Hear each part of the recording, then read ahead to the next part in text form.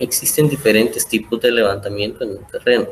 Levantamientos urbanos, levantamientos topográficos catastrales, levantamientos topográficos de construcción, ¿verdad? O sea, un levantamiento urbano es algo así como que, muy bien, vamos a sacar las esquinas de las manzanas de las cuadras, ¿verdad? O sea, más bien dicho, las cuadras de construcción en una comunidad, puede ser una aldea, puede ser un pueblo, incluso una ciudad, la zona de una ciudad, etcétera, etcétera, etcétera, ¿verdad? Eso es indicando también, digamos, en dónde están las quebradas, en dónde están los ríos, indicando también las carreteras, la importancia de las carreteras, que también tienen su jerarquía de importancia, iglesias, parques, institutos, municipalidades, etcétera, etcétera, etcétera. Eso deberíamos de puentes, eso deberíamos de entender con un levantamiento urbano, ¿sí? Y también menciona acá los levantamientos catastrales, ¿sí?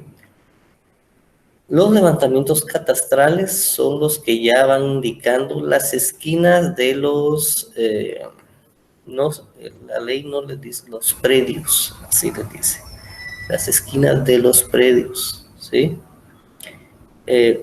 Esto de catastro está muy orientado a la captación de ingresos para las municipalidades a través de aquel famoso impuesto que se llama IUCI, ¿verdad? El IUCI, si no estoy mal, es el impuesto único sobre inmuebles, IUCI, ¿sí? Está ideado para que las municipalidades pues, se agencien de recursos, ¿verdad? Y puedan venir y solventar las necesidades que vaya solicitando la población, ¿verdad? Para eso es que está ideado el famoso IUCI, ¿verdad? De acuerdo al valor que tenga la propiedad, porque se le da un valor, pues así, incluyendo incluso la casa que tenga o el edificio que tenga. Entonces, así es como tiene que pagar el impuesto. Si no estoy mal, es el 3 por millar lo más bajo y el 6 por millar lo más alto, incluso llega hasta el 9 por millar, ¿verdad? Entonces, así es, ¿verdad? Para bienes, digamos, urbanos y rurales, ¿verdad? Y no hace distinción. O sea que hay que hacer un pequeño avalúo. Unas municipalidades hacen un autoavalúo, ¿verdad? ¿Sí? Y ellas son las que fijan el precio de en cuánto anda el inmueble, incluyendo las construcciones que tenga, ¿verdad? Por ahí es donde va el catastro, ¿verdad? O sea, el catastro, como les mencioné, va más orientado a la captación de impuestos, a controlar también ciertos aspectos urbanos, como quien dice, digamos, no es muy común en nuestro medio, ¿verdad? Pero, y debería de serlo, la colocación de hidrantes, ¿verdad? Por decirles algo. Hidrantes son las conexiones que utilizan los bomberos para apagar incendios, ¿verdad? Eso es algo muy básico. Eh, el catastro también tiene que ver con la distribución o el uso del suelo, ¿verdad? Por ejemplo, una municipalidad puede establecer que en cierta región, en cierta área, no pueden haber construcciones, digamos, también superiores a los 3, 4 niveles, porque cerca va a haber un aeropuerto, un helipuerto, también puede regular una municipalidad, y es que todo esto forma parte de algo mucho más grande que se llama Plan de Ordenamiento Territorial, ¿verdad? Entonces, el catastro está incluido también dentro de los planes de ordenamiento territorial que cada municipalidad debería de implementar y realizar, ¿verdad? Donde también, por ejemplo, se defina qué áreas en qué áreas se puede construir y qué áreas no, ¿verdad? Por ejemplo, pues Actualmente ya en Ciudad de Guatemala ya prácticamente todo está impermeabilizado, todo está construido casi, ¿verdad? Ustedes, todos los barrancos van quedando ahí y aún sin embargo hay asentamientos en los barrancos, ¿verdad? Pero las áreas de recarga hídrica, pues hay que cuidarlas, ¿verdad? Las áreas de recarga hídrica, pues son las zonas en donde la lluvia es absorbida, ¿sí? Y pues se filtra, permea el suelo y va a alimentar los mantos acuíferos o los acuíferos para que alimentan los manantiales de los que se obtiene el agua potable.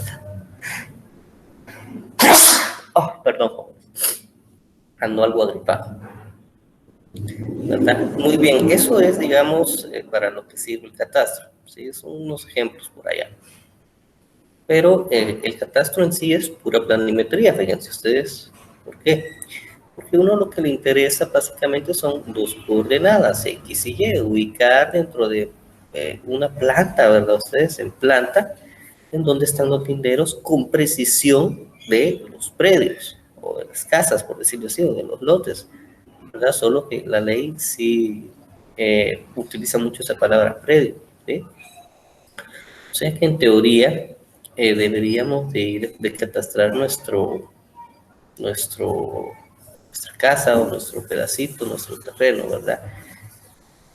Y aquí pues hay que realizar planos, ¿sí? Tienen que ser firmados por un ingeniero que haya llevado el curso de catastro, no simplemente un ingeniero civil, un arquitecto o un agrónomo, ¿verdad? Entonces, no, aquí ya exigen de que se firme por alguien que haya llevado el curso de eh, del catastro, ¿verdad? Que se lo da una escuela, creo que se llama SCAT, si no me recuerdo. La verdad yo ese curso no lo he sacado porque averigüé muy bien y no es lo que yo pensaba, ¿verdad? Realmente el encargado de realizar el catastro es el propio Estado, o sea, hay una institución del Estado que es la que lo tiene que hacer. Yo creí que eran las personas particulares quienes tenían que pagar por ese servicio, pero no. Entonces eso ya deja un margen bastante restringido para poder trabajarlo, ¿verdad? Entonces eso es lo que se obtiene del catastro, un par de coordenadas, básicamente, ¿verdad? ¿Sí? Porque lo que interesa es en planta, ¿verdad? El catastro también, les puedo adelantar, no es para definir quién es el dueño del terreno, no, no le interesa eso, sino que quién lo está poseyendo en el momento de que se realice el levantamiento catastral, ¿verdad?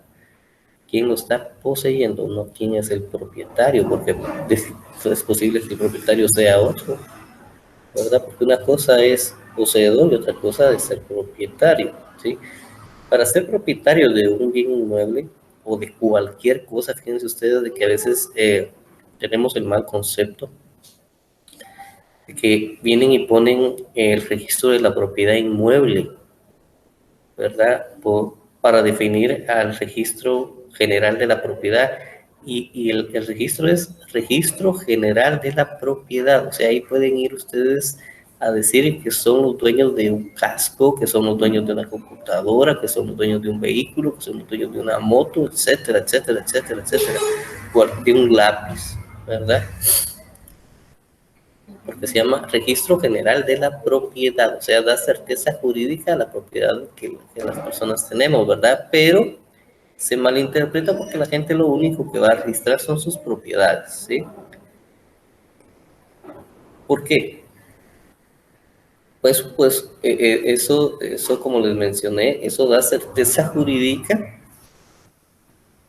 que una persona es el propietario real de un bien inmueble, ¿verdad? Entonces, esa persona es la que puede venderlo o enajenarlo, como dicen los términos jurídicos, ¿verdad? Ustedes o lo puede arrendar, etcétera, etcétera, pero solo es esa persona. El Estado reconoce a esa persona como legítimo propietario, ¿verdad? Ahora bien, yo a veces puedo tener escrituras, ¿verdad?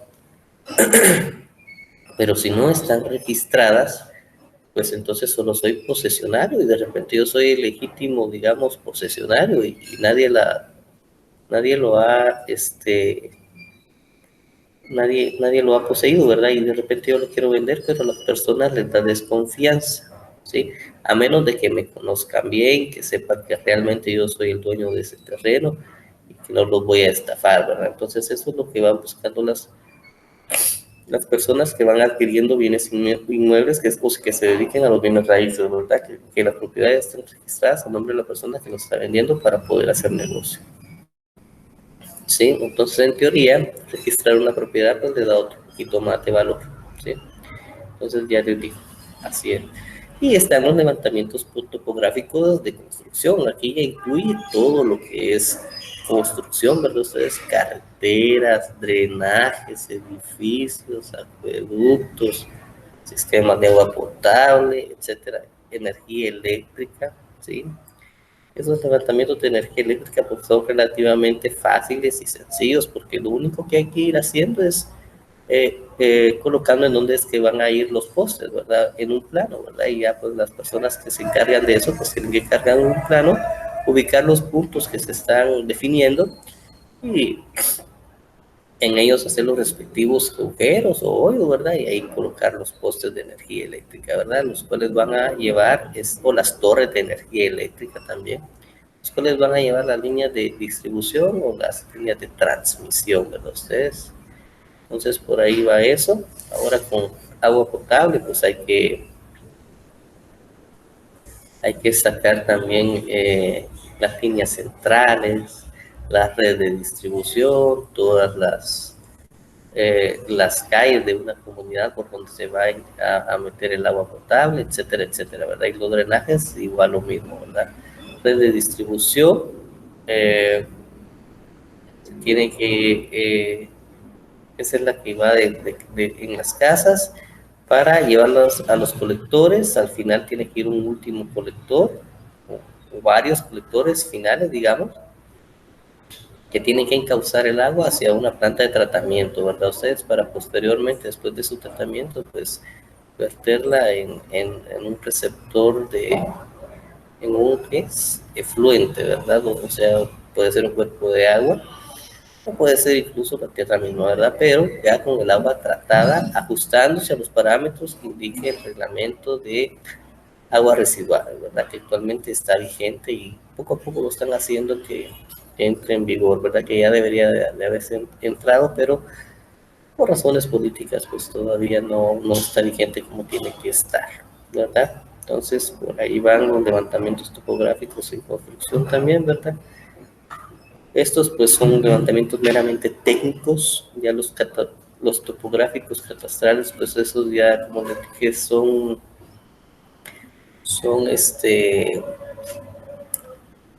técnicos, pero les sirven a las municipalidades también, ¿verdad? Y de alguna manera pues involucran el pago de impuestos, como ya les mencioné, y los levantamientos para registrar un bien inmueble, pues esos ya son ir bien hechitos, pues son legales, eso va a quedar inscrito definitivamente en el registro y se cambian, pero hay que gastar, ¿verdad? Entonces lo que se va buscando es realizar un buen trabajo desde un principio para no andar ahí eh, haciendo malos trabajos, ¿verdad? Ángulo de deflexión y coordenadas en topografía. Es un ángulo de deflexión. Esto sirve más que todo en poligonales abiertas. ¿Qué es una poligonal abierta? Es un levantamiento topográfico en donde yo, digamos, voy a sacar una línea central, ¿sí? Y me tengo que ir de acuerdo, digamos, a una calle, tengo que ir de acuerdo a como esté algún terreno, algún callejón, digamos, ¿sí? O donde estén dando el permiso para sacar, para meter, digamos, una tubería, ¿sí? ¿Verdad? Entonces, el ángulo de deflexión se le llama así al cambio de dirección de una estación a un punto observado, ¿de acuerdo? Por ahí es donde va el ángulo de deflexión. O sea, digamos, yo estoy acá, ¿sí? Acá está mi punto, mi estacionamiento, y digamos, al frente, si yo le doy al frente como vengo, ¿sí? Yo traigo una línea y continúo con esa línea, pues tengo acá la línea, pero mi punto observado está a este lado, entonces yo tengo que girar. Eso es lo que se conoce como ángulo de deflexión, ¿sí? poligonales abiertas, agua potable, drenajes y carreteras, ¿sí? El ángulo de flexión también sirve para calcular las curvas, ¿verdad? El grado de curvatura en una carretera, ¿sí? Entonces, por ahí es donde va la aplicación de todo esto. Coordenadas en topografía, pues eh, se manejan coordenadas polares y coordenadas cartesianas, ¿verdad? Por ejemplo, en catastro, como ya les mencioné, ahí están incluidas solo coordenadas cartesianas, ¿verdad? Y en catastro se utilizan unas coordenadas que están eh, adecuadas para Guatemala, ¿sí? O sea, las generales del mundo, una de esas tantas coordenadas o sistemas de coordenadas que existen en la actualidad, ¿verdad? Pero que más se usa, es algo que se llama las UTM, Universal Transversal Mercator, ¿sí? Eso es lo que quiere decir UTM, ¿verdad? Entonces, son las configuraciones que traen de cajón, digamos, los navegadores, esos Garmin que conocen, esos GPS navegadores. Los GPS pues son navegadores, no son GPS de precisión, ¿verdad? Solo sirven para ubicar algún lugar, ¿sí? O sea, esos tienen un error muy grande, entre 8, 5, 3 metros, ¿verdad? Ustedes dependiendo qué tantos satélites, qué tanta señal de satélites esté recibiendo el aparato, ¿sí? Ahora los GPS de precisión, pues yo creo que ya vimos algo y si no vamos a verlo por acá unos videitos, la vez pasada vimos unos videitos de topografía, teodolito, y unos videitos también con estación total, si no estoy mal, ¿no? Ustedes, pero ya los GPS, también vimos con el GPS, recuerdo, sí, también. Bueno, entonces, ¿por qué se manejan también las coordenadas polares? Las coordenadas polares se utilizan cuando hacemos radiaciones, ¿sí? ¿Dónde voy a aplicar cada una? Pues la verdad que de coordenadas polares yo me puedo pasar a coordenadas cartesianas si se utilizan las dos, ¿sí? Por ejemplo, para hacer el levantamiento de un polígono. Las coordenadas polares se utilizan cuando uno saca o está utilizando mayormente o de cajón se utiliza un teodolito, sea electrónico o sea análogo, ¿sí? Ahí es donde utilizo las coordenadas polares porque, digamos, en una situación ideal, voy a sacar el levantamiento en un terreno que es relativamente plano, que está limpio y con distancias relativamente, digamos, medianas, ¿sí? No lo puedo decir cortas, por ejemplo, de unos 50 metros, ¿sí? O sea, yo me coloco, digamos, al centro del terreno y voy a buscar los vértices del polígono, ¿verdad? Entonces con el estadar la persona va, ¿sí? Y puedo hacer las lecturas, ¿de acuerdo? Entonces son distancias de 70, 50 metros, digamos que está algo cuadrado el terreno y están a esa distancia los vértices, yo me ubico en el centro y empiezo a radiarlo, ¿verdad? O sea, yo busco el norte, bueno, centro y nivelo del aparato, ¿sí? Les puedo dar una pequeña descripción de eso. Yo vengo y me ubico al centro, o sea, tengo que ubicarme donde yo tenga la visual para observar. Si puedo todos los vértices, pues qué bueno. Ahora, si no, pues por lo menos agarrar lo más que pueda de ese punto. Digamos que el terreno tiene unos 8 vértices o 7 vértices, ¿verdad? Y yo desde este punto solo puedo ver 4, ¿sí? Me quedan 3, digamos, que sea de 7 vértices. Pero trasladándome a otro punto puedo observar los otros. Entonces ella puede utilizar una línea auxiliar, no un polígono auxiliar. Un polígono voy a utilizar cuando, digamos, el terreno tenga más vértices y de 3 puntos o 4 yo puedo observar todos los demás vértices, ¿sí? Pero en este caso que les estoy describiendo tenemos 7 vértices y con 2 estacionamientos que haga puedo observar todos los vértices, ¿de acuerdo? Por X o Y motivo no puedo, porque hay obstáculos, porque hay casas, algo que no me permita ver desde un solo punto todos los vértices, ¿verdad? ¿Sí? Vale. Entonces, Para colocar un aparato, un teodolito, pues les voy a describir, espero no equivocar. Yo vengo, ubico mi estación, ¿sí? Un estacón, preferentemente. Hay otros topógrafos que colocan un clavito, un clavito de lámina, hay unos que tienen charrita metálica, e incluso les colocan pintauñas color rojo, ¿sí? O a los estacones les colocan tachuelitas, ¿verdad? Y también pintan la cabecita del clavito en rojo, ¿sí? O sea, colocan algo que ellos puedan ubicar y de repente hay que dejarlo, porque por cualquier cosa que hay que hacer un replanteo, pues nos ubicamos nuevamente ahí, ¿sí? Entonces, eh, colocamos el estacón y empezamos a colocar el aparato, ¿verdad? Colocamos el aparato, el teodolito en el trípode, teniendo el cuidado de amarrarle el tornillo universal que tiene aquí la base del trípode, ¿verdad? Ese es un tornillo universal y está diseñado todos los aparatos y todos los trípodes para que cualquier trípode le haga, ¿verdad? Hay trípodes de aluminio y hay trípodes de madera, ¿sí? ¿Cuál es mejor? Va a depender en dónde se esté utilizando. Por ejemplo, se me ocurre de que ese trípode de madera lo puedo utilizar en suelo, ¿sí? Perdón, el de aluminio lo puedo utilizar en suelo, donde las patas del trípode traen unas como agujitas, ¿sí? Que son las que se meten dentro de la tierra, ¿sí? Esas son las que se quedan, digamos, sembradas, por decirlo así, ¿sí? Entonces, un trípode de aluminio en madera me va a funcionar perfectamente. Vamos a ver, no, un trípode de aluminio en tierra me va a funcionar muy bien, ¿sí?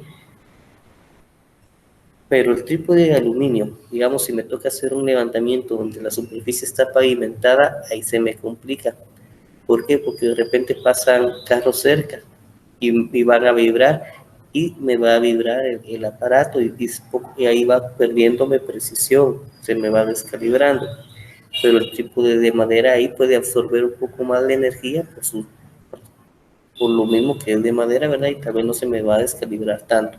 Entonces, esa es la diferencia entre un material y otro en trípodes de topografía, ¿de acuerdo?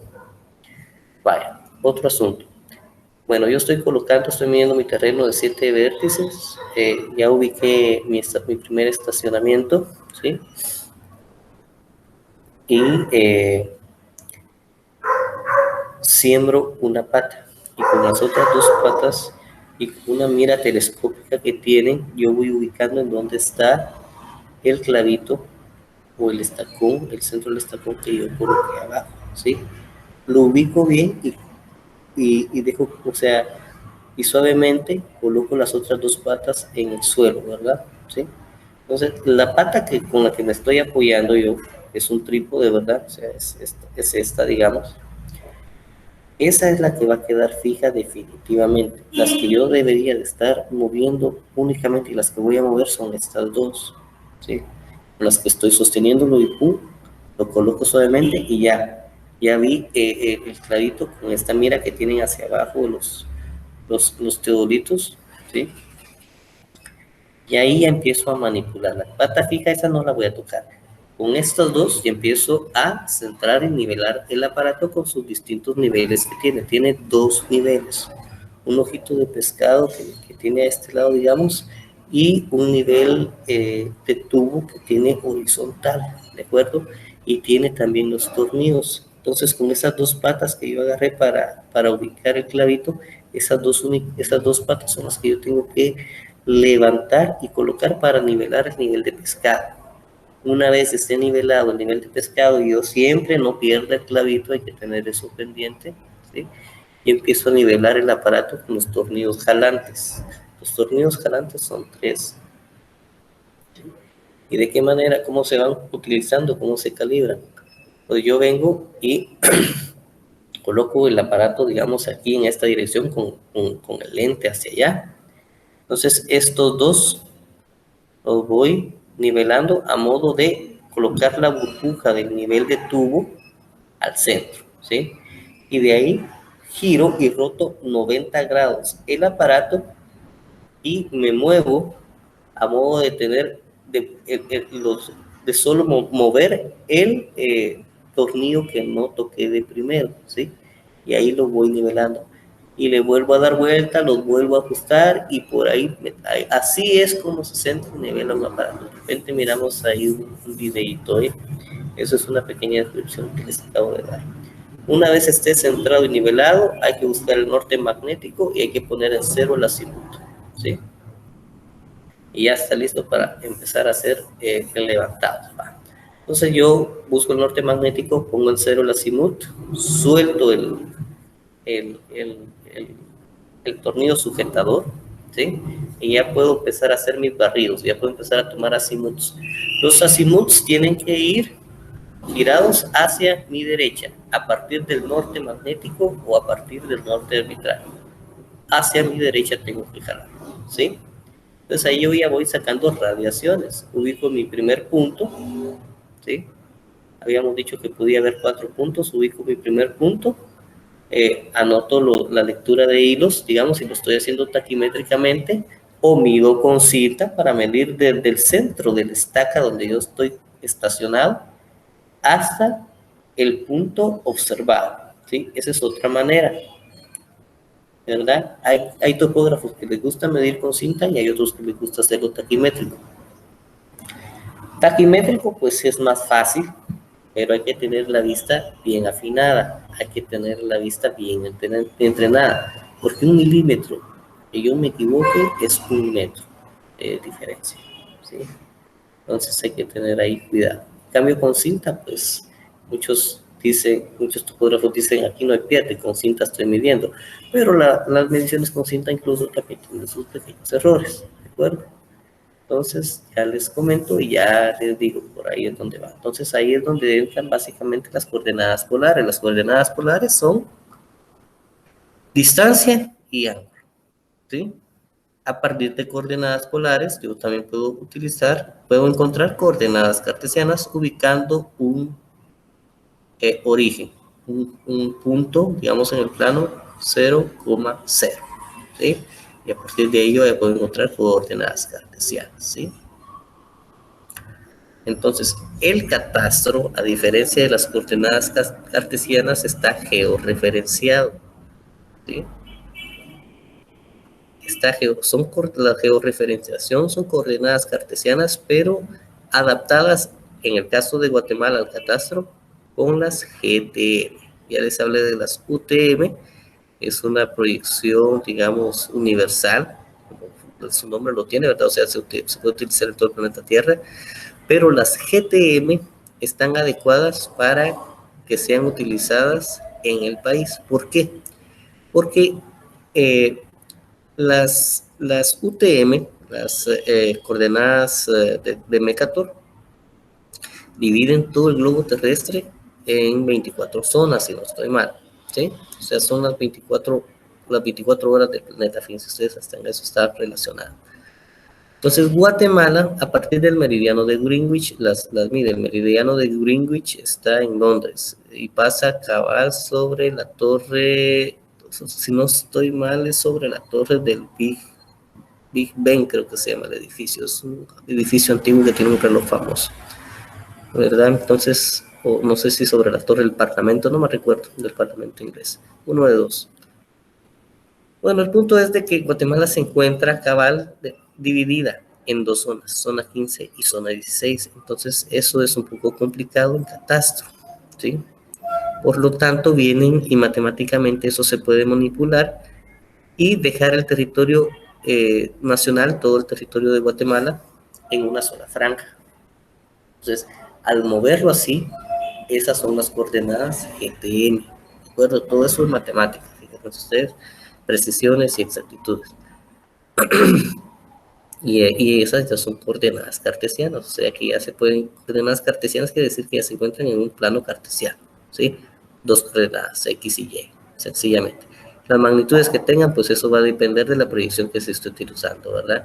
Por ejemplo, no van a ser la misma coordenada en UTM que en GTM, porque les digo, se varía, ¿verdad? Pero también, o sea, el hecho de que Guatemala se encuentre en T2 genera cierto más error. Entonces, a la hora de centrar y dejar todo el territorio en una sola franja, en una sola zona, ¿sí? Que es la GTM, pues entonces ahí se tiene un nivel de precisión bastante exacto, ¿sí? Entonces, así es como se hace ese levantamiento que les estoy diciendo. Entonces, yo empiezo a medir los 4 vértices que puedo ver en mi estacionamiento, lleno mi libreta topográfica, que tiene que llevar una libreta topográfica, primero, estación, punto observado, azimut, distancia. Si no tengo, si la distancia la estoy sacando con cinta, pues sí, distancia directamente. Si la estoy sacando tatimétricamente, anotando los hilos. Altura del instrumento y observaciones. Descripción del punto, ¿verdad? Por ejemplo, estoy viendo el primer punto, radiación, vamos a ver, estación 1, radiación 1, azimut, el azimut que me esté tirando el aparato, los hilos, la lectura de hilos, la altura del instrumento, agarro un flexómetro o metro, como le llamamos más comúnmente aquí en Guatemala, mido la altura del instrumento y lo anoto también. Y vamos a ver, no estoy olvidando nada, creo que no. Entonces, y de ahí la observación, primer vértice de medir, ¿sí? Eso. Y hay que hacer un croquis de lo que yo estoy haciendo. Muy importante, porque como sirve en gabinete, que también vamos a hablar un poquito de eso, ¿verdad? Sí, entonces por ahí es donde va. Voy a ver si alguien ha escrito, jóvenes, disculpen.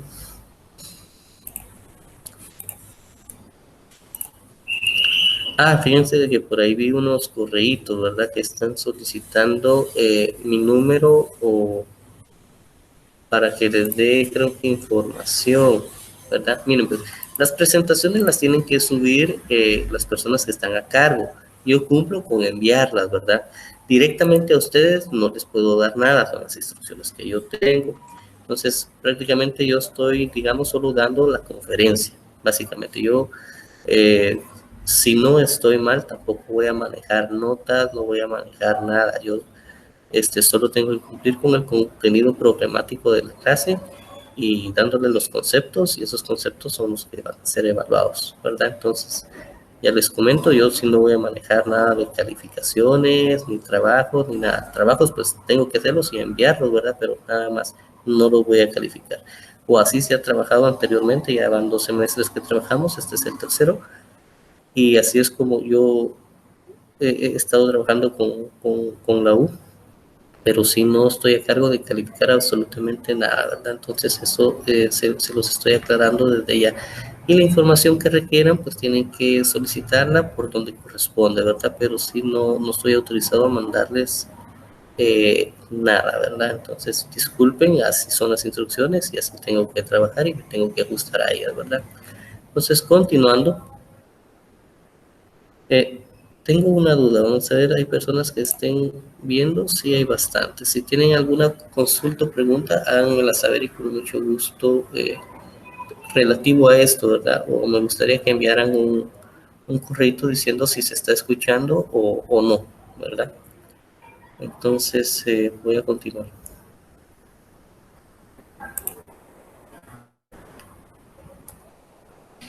Dirección angular en topografía. Lo que se debe calcular para encontrar la dirección angular son los rumbos y los azimuts, ¿verdad? Bueno, pues el azimut en topografía, con lo tradicional, con teodolitos, pues ese se encuentra en campo a la hora de realizar el trabajo. El aparato me lo indica, ¿sí? ¿Verdad? Entonces, ahora si quiero encontrar rumbos, pues ahí ya me tengo que sentar y tengo que calcularlos a partir del azimut que yo haya encontrado en campo, ¿verdad? Ustedes, ¿sí? Entonces, ¿cuál es la diferencia entre azimut y rumbo? Ya les dije, ya les mencioné, el azimut, pues yo defino el norte que voy a utilizar, si es el norte magnético, muy bien, pero entonces el azimut va a ser el ángulo que me indique el aparato, o sea que al correr el aparato me está diciendo que la cantidad angular que se corrió, ¿sí? Eso me lo indica el aparato, no me lo va a decir, ¿verdad? Ustedes, sino que en una lectura. O sea, yo lo que registro o lo que me tira el aparato, el teodolito, son ángulos con un nivel de precisión bastante exacto, ¿sí?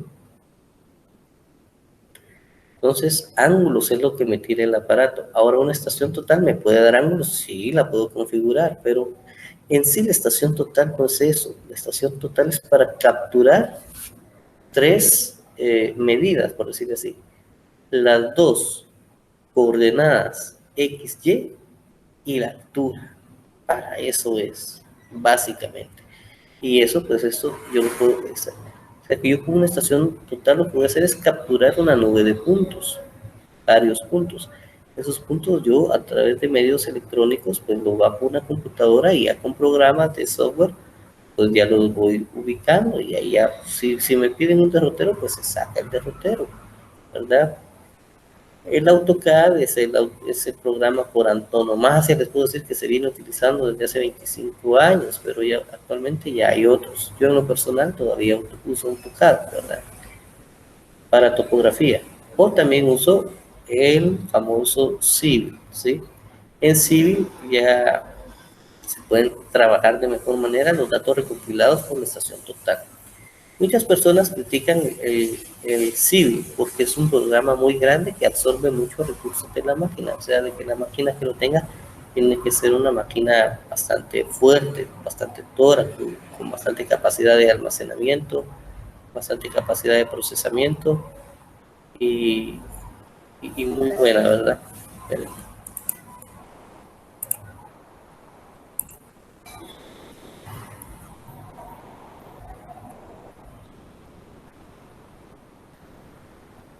ahí tenemos ya, David. Muchas gracias por la persona que me está avisando que se escucha hoy, le agradezco bastante. Entonces, el Civil para mí es el mejor programa para manejar los aparatos, la información que yo bajo de una estación total, aunque también hay otros que son más específicos, ¿verdad? La cuestión es de que Civil es un programa muy grande con el cual puedo diseñar carreteras, eh, y tiene mucha base de datos, ¿verdad? Ustedes, por eso les digo que absorbe muchos recursos de las máquinas, ustedes, pero es un programa muy completo. El asunto es de que para aprenderlo de pe a pa, eh, sí, sería buenísimo, ¿verdad? Ustedes, pero ustedes a lo largo de su carrera se van a tener que ir especializando en ciertas áreas de la carrera, ¿sí? Son raros los ingenieros que son todólogos, ¿va? Ustedes se van a tirar a diseñar carreteras, pues en buena hora les sirve bastante aprender civil, ¿sí? Pero básicamente se van a especializar en carreteras, ¿verdad? Pero en civil también se pueden diseñar acueductos, se pueden diseñar sistemas de agua, drenajes, también parcelamientos se pueden hacer en civil, se pueden calcular los movimientos de tierra, etcétera, etcétera, etcétera, ¿verdad? Plataformas, rellenos, etcétera. Entonces, por eso es que civil es muy grandote y absorbe muchos recursos de una máquina, ¿verdad? Entonces, ya les digo. Todo esto te lo estoy diciendo porque, digamos, si yo lo que estoy haciendo es un planito de registro, pues no necesito civil, con AutoCAD puedo hacerlo, ¿verdad? Ahora, si estoy, y les voy a decir esto es un poquito aparte, pero se lo voy a mencionar. Ahorita está de moda mucho el Revit. Revit es un programa, no, ese es de diseño, vamos a ver, bien, Revit es. Entonces, en Revit, eso también son bases de datos en donde uno ya no dibuja, sino que utiliza, digamos, los dibujos que las empresas hacen de sus productos, como son tuberías, blog, etcétera. Tal vez me va a servir para dibujar algún tipo de losa, pero ya el hierro también ya lo trae en Revit, son bases de datos y uno ya solo va colocando y armando una casa, ¿sí? Ya en Revit ya se pueden sacar también modelos en 3 dimensiones, ¿verdad? Y es un programa muy completo, pero es como un programa completamente distinto a topografía. Tal vez topografía no mucho se maneja en Revit, pero sí en Civil, ¿verdad?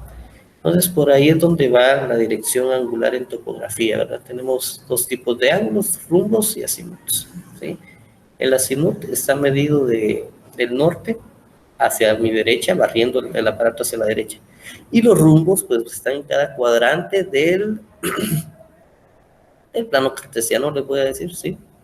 Ubicando el norte siempre en Y, ¿sí? Y en el plano horizontal X, ¿de acuerdo?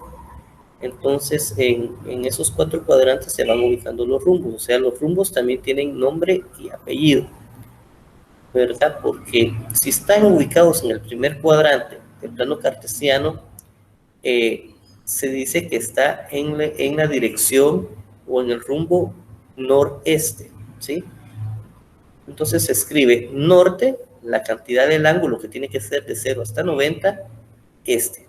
Si está en el segundo cuadrante va a ser sureste, porque el rumbo también se mide solo en el eje transversal, vertical más bien dicho, en el vertical, ¿sí? Norte-sur. Ese eje es el punto de partida para el ángulo de los rumbos, ¿verdad? O sea que si estoy en el norte, parto del norte. Nunca un rumbo va a partir del este al norte. No, noreste. Lo mismo con el sur. Del sur-este, no este-sur. No, eso no se entiende, no está diseñado así la nomenclatura de los rumbos, ¿verdad? Si estoy en el tercer cuadrante va a ser sur-oeste, ¿sí? Medido a partir desde el sur, ¿sí? Sur-oeste, tantos grados, de 0 a 90. Y en el cuarto cuadrante va a ser noroeste, ¿sí?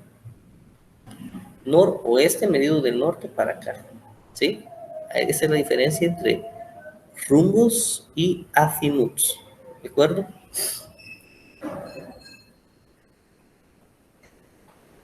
Aspectos básicos en topografía. Exactitud y precisión. Es lo que se obtiene del uso del equipo topográfico. Dos de los equipos topográficos más comunes y precisos son el teodolito y la estación total. La taquimetría se utiliza para medir distancias largas, le coloqué, pero es relativamente larga, ¿verdad? Una distancia de 2 kilómetros no se puede medir taquimétricamente, no, porque uno tendría que tener, es más, ya 2 kilómetros ya rebasa la capacidad de visión del telescopio que trae el teodolito, ¿sí?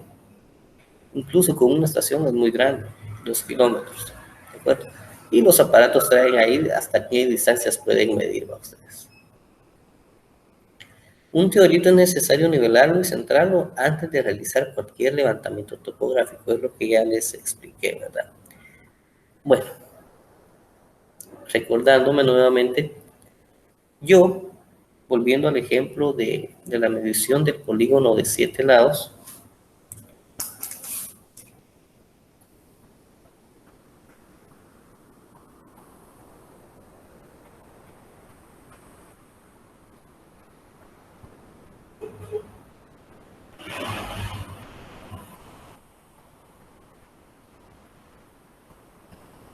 perdón, jóvenes, disculpen. Entonces, yo ya observé que tres puntos observados, ¿verdad? Entonces ya mi estación, pues aquí yo ya terminé, tengo que trasladarme de estación, ¿de acuerdo? Entonces, en la otra estación voy a observar los otros, digamos, yo ya observé 4, me quedan 3, ¿sí? Entonces, aquí en esta estación yo voy a ver los otros 3, y aquí viene el procedimiento, ¿sí? Entonces, yo vengo y tengo que observar ahora mi estación 2. Yo estaba, digamos, en estación 0, perdón, estación 1, yo estaba en estación 1 y me voy a mover a estación 2, ¿sí? Pude haber puesto estación 0 y moverme a estación 1, ahí el gusto de cada quien, ¿verdad? Estación 1, estación 2. Entonces yo vengo y la observo también con el aparato. Miro el ángulo que tengo y anoto también taquimétricamente o con cinta hasta la distancia entre las estaciones, ¿sí? Entre esas dos estaciones. Los demás fueron puntos observados. Esas son estaciones. ¿Cuál es la diferencia entre un punto observado y una estación? El punto observado solo lo voy a ver. O sea, en un momento dado una estación también solo la voy a ver, pero si es estación ahí me voy a ir a centrar y a colocar con el aparato. Esa es la diferencia entre un punto observado y una estación, ¿sí? En la estación yo me voy a ir a colocar. Si no me coloco en el punto observado, entonces no es una estación, solo es un punto observado. Punto observado 1, 2, 3, 4, etc. ¿Sí? Muy bien, entonces yo vengo, anoto la lectura de hilos o la distancia, el azimut, pero aquí pasa algo. El azimut ese lo tengo que conservar. ¿Qué quiere decir? Que los teodolitos traen un botoncito o una uñita que se baja o se sube para liberar o cerrar. Entonces yo me ubico esa estación y ¡pum! Cierro ese tornillito, le voy a decir, o esa uñita la bajo, de manera de que yo conserve la lectura de ese azimut. Yo puedo soltar y el teodolito se puede mover, pero yo voy a estar viendo esa lectura de ángulo, ¿sí? Ese es el método por conservación del azimut, ¿sí? Entonces yo me voy a colocar, me centro una pata, las otras dos, estas dos las manipulo, estoy viendo ahí el clavito, lo coloco, lo centro, empiezo a mover los tornillos y las patas, centro y nivelo el aparato, ¿sí? Pero yo tengo el azimut conservado, o sea, la lectura del azimut, el teolito se puede estar moviendo, pero la lectura está conservada. Entonces yo vengo y mando al cadenero con una plomada a la estación donde yo estuve y tiene que colocarse con la plomadita así, ¿verdad? Dándome vista atrás, eso es, así se llama, ¿ok? Entonces, preferentemente no debería de haber aire, ¿verdad? O la plomada tendría que ser lo suficiente pesada para que esté fija sobre el clavito de la estación de donde me moví, ¿sí? Entonces yo vengo, ubico con el aparato, con el lente, con el telescopio, el hilito de la plomada, ¿sí? A veces cuesta porque está así también el cadenero, pero tiene que estar lo más fijo posible. Y una vez ubicado, ¡pum!, suelto el botoncito y yo ya conservé mi azimut y ya el aparato lo puedo mover, pero traigo el azimut conservado de el ángulo anterior, ¿sí? Entonces, ahí también ahí está la vuelta de campana. Yo al estar observando al, al, al cadenero con la plomada, con el hilito, ¿sí? Yo tuve que haberle dado vuelta, o sea, yo tuve que estar viendo hacia atrás con el lente, ¿de acuerdo? Entonces, al ubicarlo bien, al yo ya estar seguro, bueno, ahí está, y ahí voy a soltar bueno, todavía no lo suelto, pero donde yo lo voy a soltar, ¿sí?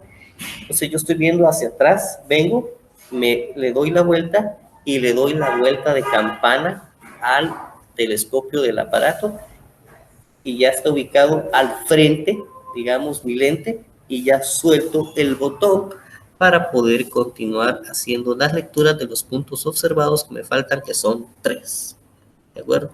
Y yo vi 4 en esta estacionamiento. Entonces, esa sería una línea auxiliar. Una línea está conformada por 2 puntos, o sea, 2 estaciones, ¿de acuerdo? Si un polígono tiene más vértices, digamos, tenga unos 15 vértices y tengo que ver con 3 puntos, pues ahí ya forma un polígono auxiliar, ¿de acuerdo? El polígono auxiliar es de donde yo voy a estar viendo, ¿verdad? Solo que el polígono al final, en el último estacionamiento, yo siempre tengo que dar vista a la última estación donde estuve para poder cerrarlo y chequear, ¿verdad? Ustedes, como estoy, siempre hay errores. Miren, pues un levantamiento perfecto con un buen aparato que esté bien calibrado va a ser una radiación, donde yo por medio de radiaciones saque todo el polígono, ¿sí? Con una sola estación pude ver todos los vértices del polígono. Pero como eso no es posible siempre, ese es un caso ideal que es muy raras veces ocurre, crean la realidad, así es, y mayormente en nuestro territorio nacional, que está lleno de barrancos, de lomas, de montañas, entonces cuesta, créanme que cuesta, tal vez en Petén sea fácil, porque ahí es algo llano el terreno, ¿verdad? Es algo plano, pero siempre hay montaña, pero Ya todo el demás territorio, todo es montañoso, lomitas, ríos, quebradas, etcétera, ¿verdad? Entonces, ahí es donde ya uno tiene que utilizar polígonos auxiliares, ¿verdad? Pero el punto es que hay que cerrar siempre el polígono auxiliar. O sea que si yo tengo 3 puntos, 3 estaciones, yo me tengo que mover, ¿va? Primero 1, 2, 3. De este tercero, en el último que estuve, siempre tengo que voltear a ver el primero. De esa manera cierro y voy a calcular mi error, ¿verdad? Y pues yo en gabinete, pues ya tengo que calcular ese error y calibrar todas las distancias y los ángulos que se midieron, ¿verdad? ¿Sí? Y de esa manera yo garantizo que el levantamiento topográfico está lo más full según lo que me han enseñado, ¿de acuerdo? Entonces, por ahí es donde va la medición con estos aparatos, ¿sí? Más tenemos acá. Los métodos para realizar una poligonal son los siguientes, dice. Triangulación, poligonación o itinerario, radiación e intersección, ¿verdad? Método taquimétrico. El método de las radiaciones se utiliza para poligonales cerradas y que sean distancias relativamente cortas para la observación del estadal. Estoy colocando yo ahí, entonces. Una poligonal puede ser abierta, puede ser cerrada. ¿Cuándo va a ser abierta? Digamos en una carretera, el levantamiento de una carretera, eso es una poligonal abierta, ¿verdad? Una poligonal cerrada es la que les acabo de explicar, o sea, yo tengo que volver sobre la última estación que yo estuve para cerrar el polígono, ¿sí? Entonces una poligonal abierta puede ser una carretera, la línea de conducción de agua, ¿sí? Que va del pozo hacia el tanque de distribución o el tanque de almacenamiento, donde va a recibir su tratamiento el agua, o una línea central de un colector municipal. Bueno, ustedes, ¿sí? El colector es el que recibe todas las aguas de las casas, por ejemplo, de drenaje, ¿de acuerdo? Sí, ese es un ejemplo práctico de una poligonal abierta y de las poligonales cerradas, ya se los expliqué, ¿verdad? Entonces, el método taquimétrico, pues es un método bastante eficaz para encontrar distancias, solo que tiene que tener uno la vista muy aguda, hay que entrenar el ojo bastante para poder hacer las mediciones y también hay que hacer aquí el famoso chequeo de campo que ya les hablé en la sección anterior, ¿verdad? El chequeo en campo, cuando uno lee hilos, el método taquimétrico lo que es medir hilos. Hilos quiere decir, son unas linitas que trae el visor del telescopio de teodolito, ¿sí? O sea, eso ya se los expliqué, pero si gustan se los voy a volver, de repente alguno de ustedes no estuvo, ¿verdad? Entonces, mire, pues, digamos de que yo acá tengo, este es mi telescopio del teodolito, ¿verdad? Ahí se logra ver. Entonces yo tengo una vertical, digamos, es más o menos así, ¿no? Ustedes, ¿sí? Y tengo una central, solo que no lo atraviesa, sino que va acá, ¿sí? Entonces, este es el centro cabal. Y aquí tengo el hilo superior, que es otra muesquita de hilo aquí así.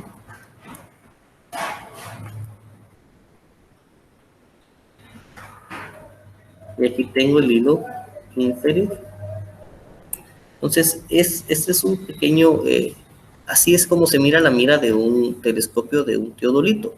Su vertical, que sí atraviesa prácticamente todo el telescopio.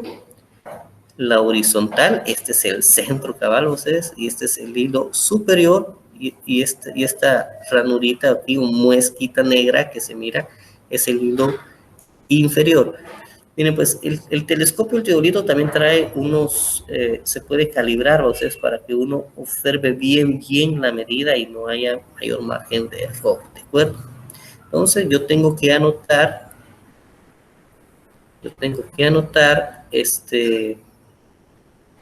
la lectura que me da el estadal con el hilo superior, la lectura que me da el estadal con el hilo medio y la lectura que me da el estadal con el hilo inferior, ¿verdad? Entonces, el chequeo en campo, ya se los dije, pero se lo voy a volver a hacer, el chequeo, ¿no? Vamos a ver, acá está.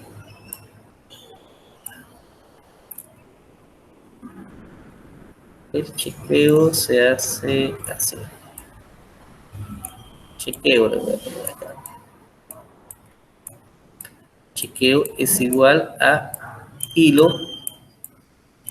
superior menos hilo inferior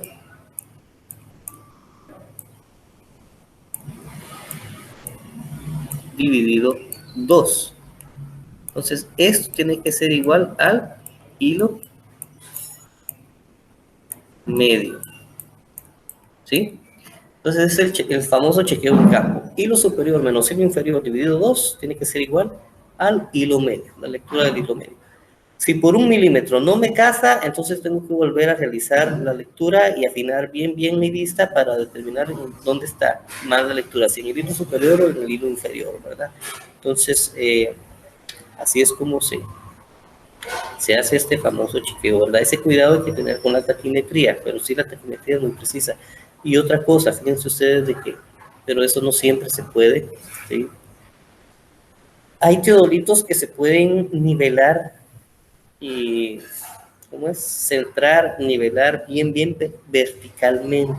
Por lo regular, ese centrado y nivelado que les dije se hace horizontalmente, o sea, afecta la horizontal del aparato, ¿sí? Pero hay teodolitos como los Bill, que son los análogos, que traen incluso un nivel de burbuja para nivelar la vertical, ¿sí? Para nivelar la vertical. Entonces ya hay, incluso, que son más exactos para realizar levantamientos taquimétricos. Otros teodolitos no traen cómo nivelar el vertical, ¿verdad? Entonces uno se tiene que confiar en la exactitud del aparato, pero si el aparato está malito, me va a dar las lecturas erróneas. Pero con ese aparato, lo que sí que es otro poquito más tardadito, porque hay que nivelarlo. Tampoco son segundos, ¿verdad? Con los que se tarda uno para hacerlo, ¿verdad? Pero si ya por segundos, por multiplicándolo por unas 50 estaciones o 50 puntos observados, es bastante tiempo, ¿verdad? O sea, pero vale la pena hacerlo, ¿de acuerdo? Entonces, eh,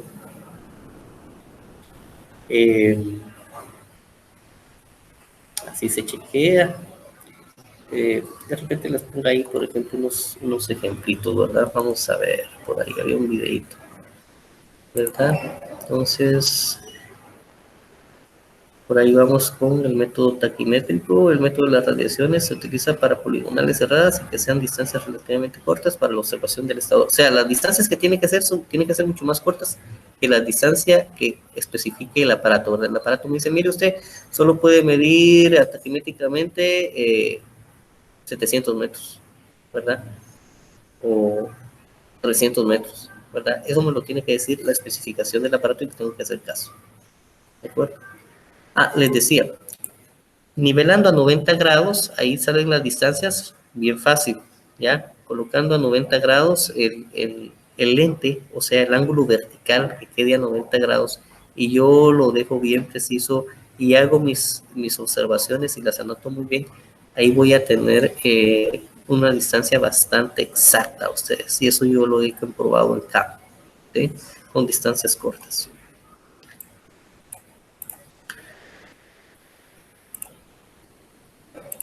El trabajo de gabinete es la interpretación y procesamiento de la información capturada en el terreno, lo cual da como resultado un plano topográfico, un informe topográfico y la memoria de cálculo. Un polígono base es una sucesión de estaciones a distancias cortas para la obtención de un polígono más grande, lo que les decía, y que es el de interés, el que realmente importa, por ejemplo, los dedos de un terreno, ¿verdad? Para sacar radiaciones se debe obtener el azimut y la distancia a la que está el punto observado. Así dice, para sacar radiaciones se debe obtener el azimut y distancia a la que está el punto observado. La distancia se puede sacar con taquimetría o directamente con cinta, ¿verdad ustedes? Entonces ya les menciono, muchas gracias por su atención. Ahora es hora de ver por aquí algo.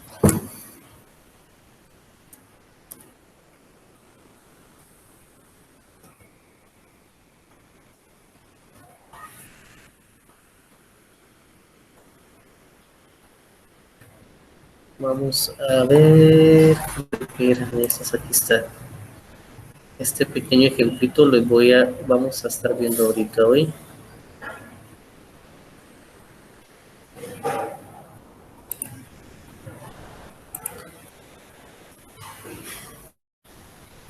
Ahí está una estación, ahí está el aparato y ahí está el estadal, ¿verdad? Está observando un punto, ¿verdad? Entonces ahí, mire, pues en este caso está agarrando un ángulo vertical de 71, 58, 16 y el ángulo horizontal 108, 58, 16. Ah, otra cosa, la taquimetría me sirve para calcular altitudes, entonces no solo distancias, sino que altitud, y aquí lo vamos a ir viendo, ¿eh? Ahí está.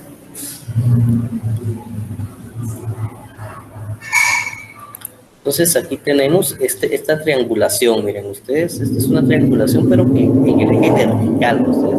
Esa me va a servir para encontrar la altura a la que estoy relativa con la altura de la estación. ¿Sí?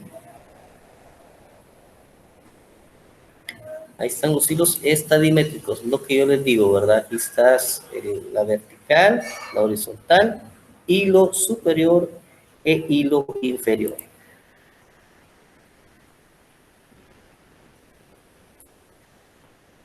Hilos estadimétricos, hilo superior, hilo medio e hilo inferior. Ahí está. Eso es lo que mira también uno en campo, miren ustedes. Eso es lo que se mira uno, eso es lo que mira uno en campo. Ahora bien, la lente del teodolito, como les dije, ya trae unas graduaciones, que esas graduaciones yo las tengo que ajustar para hacer una buena y eficaz lectura, o sea, verlo claro según mi vista.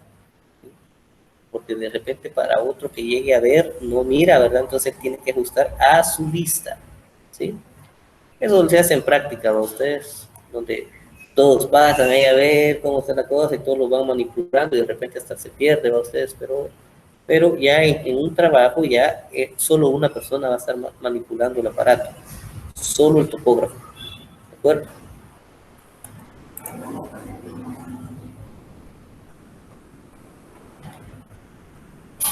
Ahí están, ahí ya, hagan ese pequeño ejercicio ustedes, ahorita, ahí, bueno, yo voy a usar mi teléfono, vamos a ver si chequea, creo que eso no chequea, pero no estoy mal, pero miremoslo.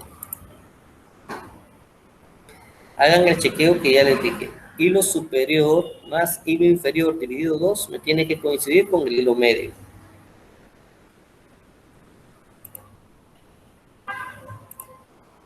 Voy a ver si chequea. Vamos a ver si chequea. Si no chequea, ahí se tiene que... Creo que ese ejemplo, para eso se lo busqué, para que lo viéramos. Y yo creo que no da 1.551, pero sacamos de la duda. Tal vez sí da, no me recuerdo. 1.739 más 1.360 es igual a 3.099. Creo que todos estamos ahí. 3.099 dividido 2 me da 1.545. ¿Ven? Lo voy a colocar. Entonces, eso está malo. En campo se tienen que corregir esos errores. ¿De acuerdo? En campo se tiene que, o sea que yo tengo que afinar más y verificarlo si realmente estoy sacando yo bien mis hilos. Porque miren, o sea, ahí te está leyendo milímetros, miren ustedes, va. Aquí hay otra cosa que no les he explicado, se los voy a decir. Las escalas del estadal van de 10 en 10, ¿sí? Y 5 y 5, ¿sí? Ahí dice, por ejemplo, 1.6. ¿Qué quiere decir 1.6? Son 1.60 metros, ¿sí? Yo, ahí donde está el hilo medio, así como estoy leyendo, yo sí le pondría 1.55, lo pusiera, ¿sí? Al hilo superior yo le pusiera 1.74 y al hilo inferior yo le pusiera 1.36. ¿Qué caballos tiene? 1.36. No sé si ¿Alcanzan ustedes a entender eso? ¿Sí? 1.36, el hilo inferior. El superior sí está ligeramente, un poquito más arriba, pero yo lo dejara en 1.74, ¿sí? 1.74 más 1.36 me da 3.1, dividido 2 me da 1.55. ¿Sí? Yo ahí la dejara, yo ahí, con mi ojo, con mi vista, ahí la pusiera. En cambio, él está haciendo lecturas de milímetros. ¿Por qué? No sé, ¿verdad? Pero bueno, así está. ¿Sí? Y por eso es que no le cuadra. Si yo voy a leer milímetros, tengo que estar chequeando que el hilo medio también me cuadre con milímetros, definitivamente. Aquí sí tiene que ser exacto. ¿Sí? Exacto.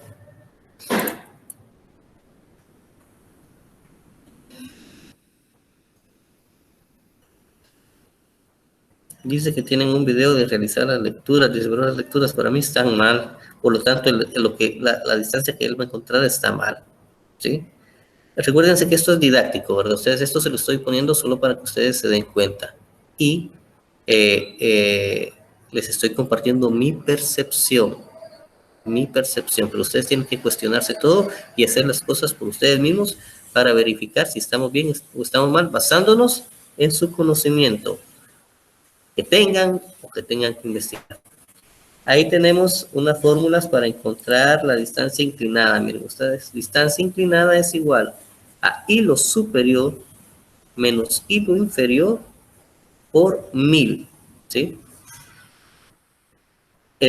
Si por alguna razón yo no puedo ver, y créanme que en campo pasa muy comúnmente, no puedo leer alguno de los hilos, el superior, el inferior, el medio sí, en teoría también lo tendría que ver, ¿verdad? Pero si no, pues miremos acá cómo están las cosas.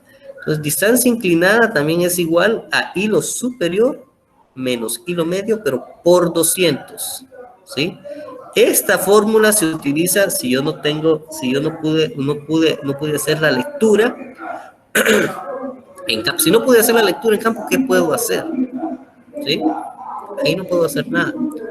Una vez yo no pude hacer una lectura de un hilo inferior, ¿pero por qué? Porque estaba muy bajo el aparato donde yo lo tenía a donde estaba haciendo el punto observado, donde estaba viendo el punto observado. Por lo tanto, lo que miraba yo en mi hilo inferior era tierra, fíjense ustedes.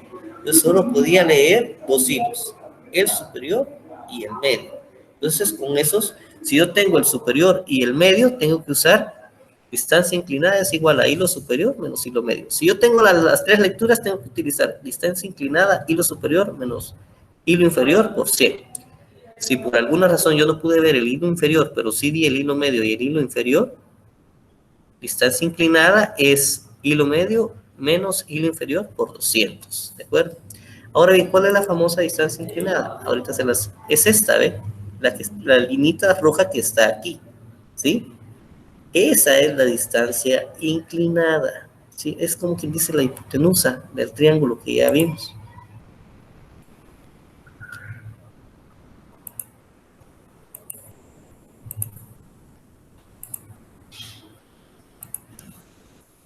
Esta es la distancia inclinada, perdón, jóvenes, de la base del aparato hasta acá, que es una paralela a esta línea, va ustedes.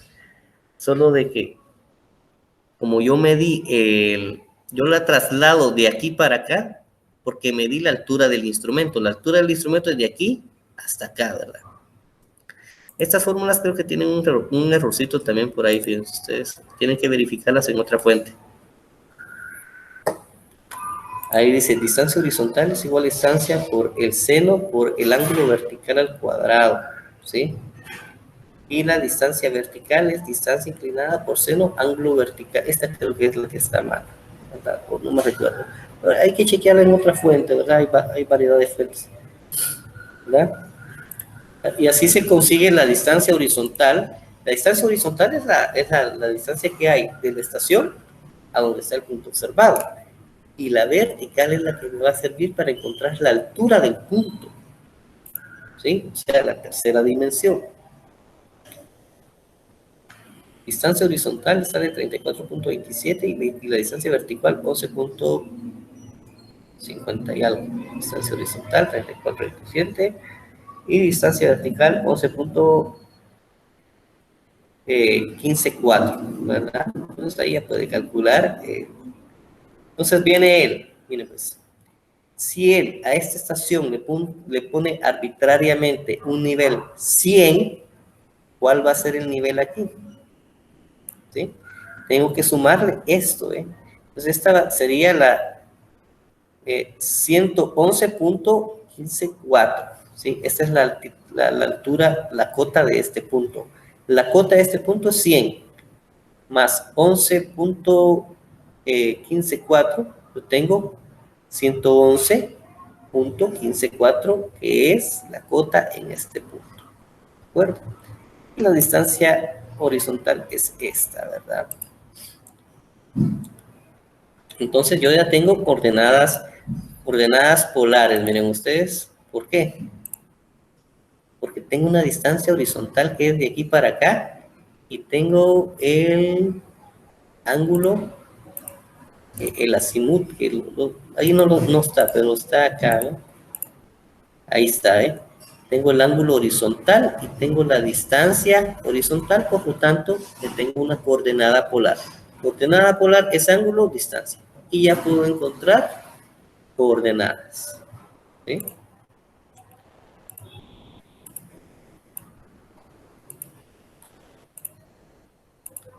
Ahí está, ¿eh?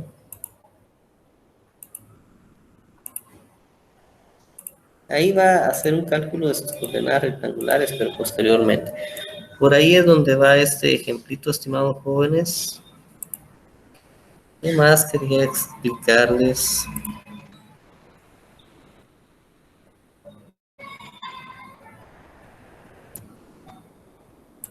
¿Qué más quería explicarles?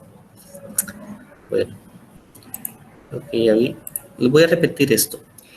El trabajo de gabinete es la interpretación y procesamiento de la información capturada en el terreno, dice. Obviamente, esta información capturada tiene que ser lo más exacta y precisa posible, ¿verdad?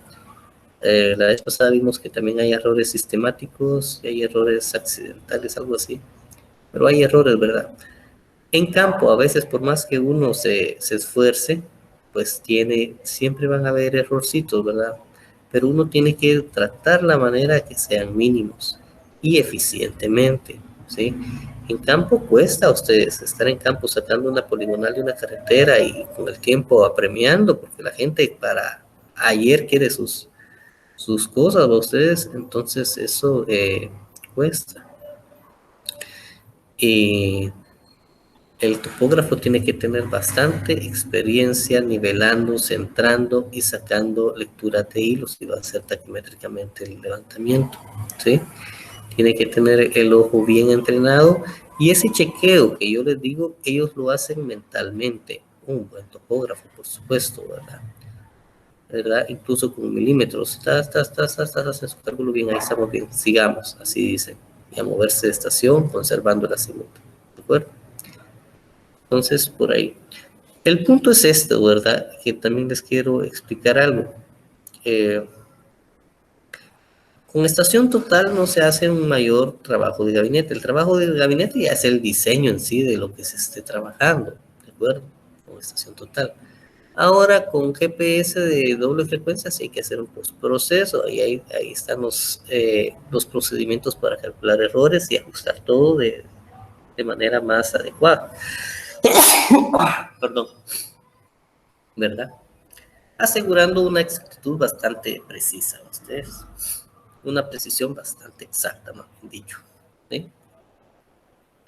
Entonces, eso es el trabajo del gabinete. También el trabajo en gabinete, cuando uno trabaja tradicionalmente, esto antes de las computadoras era bastante, ¿qué les quiero decir yo? Tardado, ¿sí? Y de repente eso se cobraba también bastante, pues porque las personas prácticamente a mano tenían que hacer esto antes de las compus.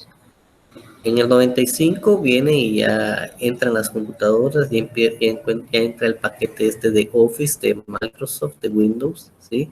Y ya en Excel se puede trabajar, se puede hacer esto, ¿verdad? Una hoja electrónica ya se puede trabajar de mejor manera y eso vino a facilitar bastante las cosas. En el 95 ya habían estaciones totales también, solo que empezaban, por ejemplo, ya en el país ya a venir.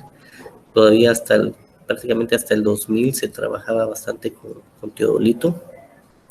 Y ya del 2005 para acá ya empieza a venir las estaciones totales, ¿verdad ustedes? Las estaciones totales han venido también a revolucionar porque ahora todo el trabajo de gabinete, ¿sí? Ya no hay que calcular, solo hay que bajarle la información porque por eso se llama estación total, porque saca todo y calcula todo. Por eso es el nombre de estación total, es un computador, es un distanciómetro con láser y un microprocesador, es una computadora prácticamente, de acuerdo con los programas diseñados para calcular de acuerdo a lo que se esté recogiendo en campo, de acuerdo. Entonces, ahora bien, viendo aquí esto, vamos a ver qué es lo que proceso GPS dice. Miren, aquí hay que sentarse un poquito, tampoco es la gran cosa lo que hay que hacer, ustedes, es algo de, por ejemplo, aquí tenemos un postproceso que está indicando, entonces se lo voy a ir resumiendo porque ya estamos llegando a la hora de salir. Miren, este es ya el software del GPS, ¿sí? Ahí está guardando los archivos, este caballero, ¿verdad? Va a meter los datos que compiló. Ahí está diciendo cómo es que los va guardando. Ahí está utilizando UTM, zona 17, zona 19, perdón. ¿Sí? Ahí está introduciendo los archivos y el programa pues se encarga de hacerle el postproceso a ustedes. ¿Sí? Pero con estación total, fíjense que no se hace esto. ¿Sí? ¿Por qué se hace esto con el GPS? Porque o sea, es más directa la medición con estación total. Solo que no siempre voy a poder utilizar estación total. Por ejemplo, se me figura, ¿verdad? Alguien quiere medir, digamos, un terreno que está en un área bastante montañosa. ¿Qué le conviene más, hacerlo con estación total o hacerlo con GPS? Pues si la persona tiene GPS, lo que están contratando, pues le conviene más hacerlo con GPS, solo que es un poquito más tardado, porque tiene que tardar en cada punto de 20 a 25 minutos. Entre más tiempo pase, pues más exacto la información que recoge el GPS, ¿verdad? La información que recogen los aparatos, ¿sí? Ahora con estación total, rapidito va, solo que el cadenero obviamente tiene que tener bien vertical su prisma, ¿sí? Pero hay veces que por la misma vegetación, le estoy diciendo un terreno, un área montañosa, digamos unas 2 caballerías, cuesta demasiado con estación, en cambio con GPS ahí se hace más fácil. Pero con el GPS también tengo que ver cómo está el follaje de la vegetación, porque no me va a dejar entrar la señal muy bien, ¿de acuerdo? También hay estaciones RTK, perdón, GPS RTK, también es otra tecnología, ¿verdad ustedes? Donde con señales de radio es de que se va captando en dónde es que están los puntos, ¿verdad? ¿Sí? Eso también tiene que generar un postproceso, ¿sí? Y hay una estación base, esa estación base por medio de señales de radio va captando las distancias a las que está la persona que anda con el rover, ¿verdad? Poniendo sus puntos. Pac, pac, pac, pac, pac. Entonces este es un GPS GNSS, ¿sí?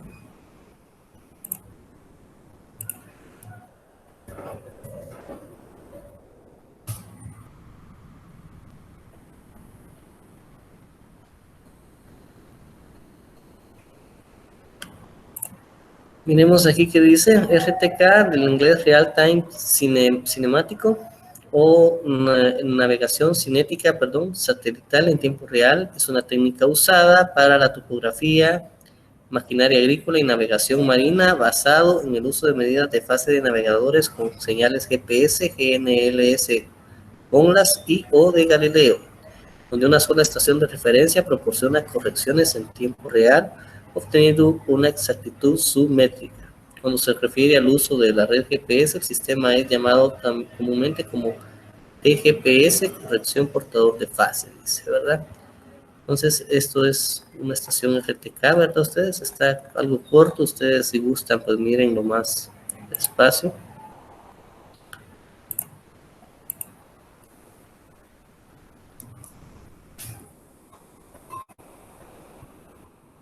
Tenemos una pequeña GNSS, RTK o estación total, ¿cuál es más preciso? Dice.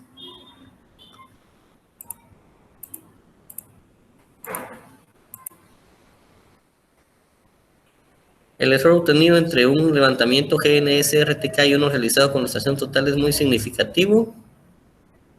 Depende, dice. El RTK tiene de 2 a 3 centímetros. La estación total, algunos milímetros, ¿verdad? Eso es porque les digo, o sea, la medición con la estación total prácticamente es una medición directa, ¿sí? Es como quien dice, o sea, se utiliza un distanciómetro, se utiliza láser, ¿verdad? Y sale más preciso, pero va a depender también en dónde puedo utilizarlo con estación y en dónde con RTK, ¿verdad? ¿En dónde puedo usar una estación total también? Digamos que el terreno, aunque sea extenso, pero no hay tanta vegetación y puedo observar en un punto varios vértices, ¿sí? Pero si hay mucha vegetación y no puedo observar tantos vértices, entonces ahí pues definitivamente tengo que usar otro tipo de levantamiento, ¿verdad? Solo que, como les digo, en el postproceso se puede ir afinando con el RTK a modo de que vaya quedando lo más exacto posible, ¿no? ¿Ustedes?